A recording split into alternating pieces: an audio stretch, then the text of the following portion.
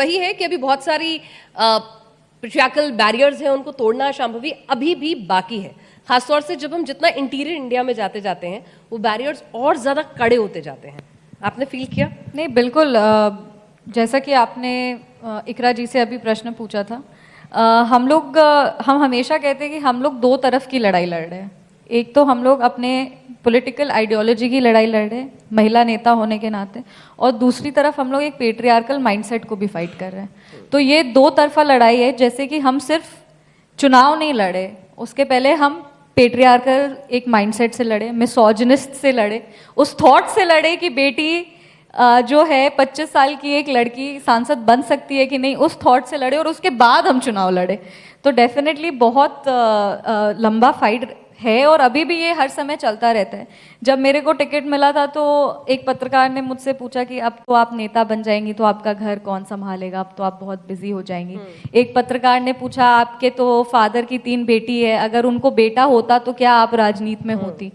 तो मेरे को कभी कभी लगता है कि ये प्रश्न यार महिलाओं से यूं पूछा जाता।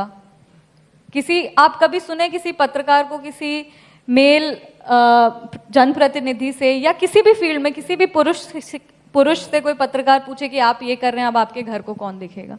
बट हम हमेशा यही रिप्लाई करते हैं कि अगर आप ये क्वेश्चन किसी पुरुष से नहीं पूछ सकते तो आप हमसे भी मत पूछिए। सिंपल।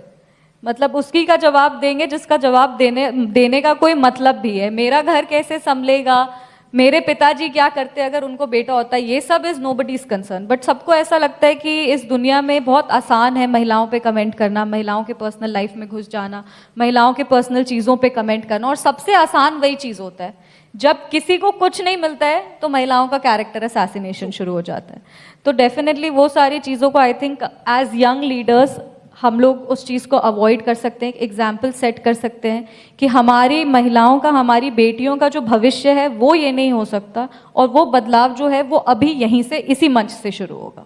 बिल्कुल, वो बदलाव लाने की ही कोशिश है लगातार। लेकिन इकरा, आपने बिल्कुल वैलिड पॉइंट कहा कि पुरुषों से सवाल नहीं पूछे जाते हैं। पुरुष और महिला दोनों काम से आके लौटें तो आपके घर में कितने भी नौकर चाकर हों, खाना क्या बनेगा ये फीमेल काउंटर पार्ट से ही पूछा जाता है। तो कुछ कुछ चीजें हैं ऑब्वियस आपने मान के चल रहे होते हैं कि अगर बच्चा बीमार है तो माँ ही छुट्टी लेती है दफ्तर से। तो ये कुछ कुछ पेट्रियार्कल चीजें हैं, माइंडसेट है, ना तो बच्चे को भी समझ में आती है ना ही आपके हाउस हेल्प को समझ में आती है। तो वो वक्त लगेगा उस सोच को तोड़ने में। लेकिन इकरा, अगर जब हम कैंपेन के लिए जाते हैं, लोगों के बीच में जाते हैं, राजनीति में आपको 1-2 नहीं हजारों लाखों लोगों से डील करना है, उनके ऊपर अपना होल्ड भी रखना है।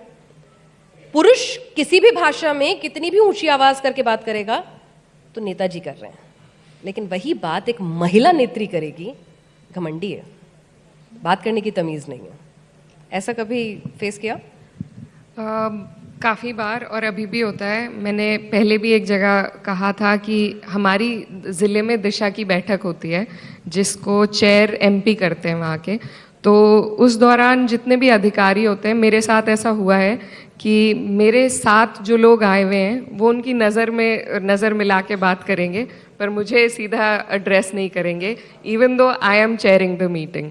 तो ऐसा बहुत होता है कि अधिकारी लोग जो होते हैं, एक महिला से, खासकर अगर आप यंग हैं तो आपकी अथॉरिटी को उतना नहीं मानते हैं या कोशिश करते हैं डॉज करने की।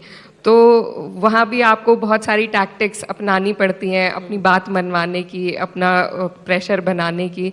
तो और चुनाव में भी होता है। मुझे अभी भी ये लगता है कि कहीं ना कहीं हमें बेटी या बहन बनकर आज भी वोट मांगने पड़ते हैं। जो पूरी तरीके से पेट्रियार्कल शैकल जो बेड़ियां हैं आज भी हमारे समाज में, उसी के अंदर आते हैं। तो उनको भी तोड़ने की ज़रूरत है कि अपनी काबिलियत के ऊपर आप सिर्फ वोट मांग सकें, ऐसा भी दिन आ सके। और जैसा अभी जो डिस्कशन हो रहा है, मुझे लगता है कि अक्रॉस पार्टी लाइंस हम सभी लोगों को मेहनत करनी होगी, क्योंकि मेरी समझ में महिलाओं का कोई मज़हब नहीं है, महिलाओं की कोई जात नहीं होती। हमें हर जगह ही अपने अपने समाज में, अपने अपने मज़हब में, अपनी अपनी जात में कहीं ना कहीं एक अलग लड़ाई, मर्दों के मुकाबले एक अलग लड़ाई लड़नी पड़ती है।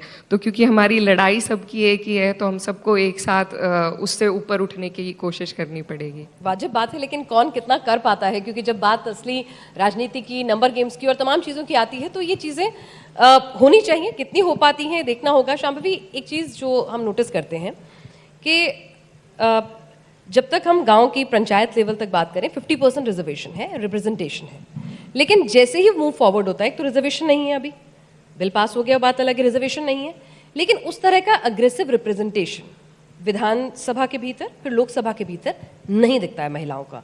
तो आखिर ऐसा क्या डिरेलमेंट हो जाता है कि मुखिया पति ही काम करेंगे वाला कॉन्सेप्ट जो है, भले ही वो एक ओटीटी सीरीज में है, लेकिन ग्राउंड पर हकीकत वो अभी भी बहुत मुखियापति वाला जो कॉन्सेप्ट अभी भी बहुत रेलेवेंट है। इनफैक्ट मेरे पीएचडी का जो सब्जेक्ट है वो भी यही है कि इलेक्टोरल रिप्रेजेंटेशन जो महिलाओं का है वो जैसे जैसे सदन ऊपर जाता है वैसे वैसे वो घटते कैसे जाता है। बिहार का आप एग्जाम्पल ले लीजिए, हमारे माननीय मुख्यमंत्री श्री नीतीश कुमार जी के दूरदर्शी नेतृत्व में 50% आरक्षण महिलाओं को लोकल सेल्फ गवर्नमेंट्स में मिला, और वहाँ पे आपको महिलाएं जो है लोकल लीडरशिप में दिखेंगी।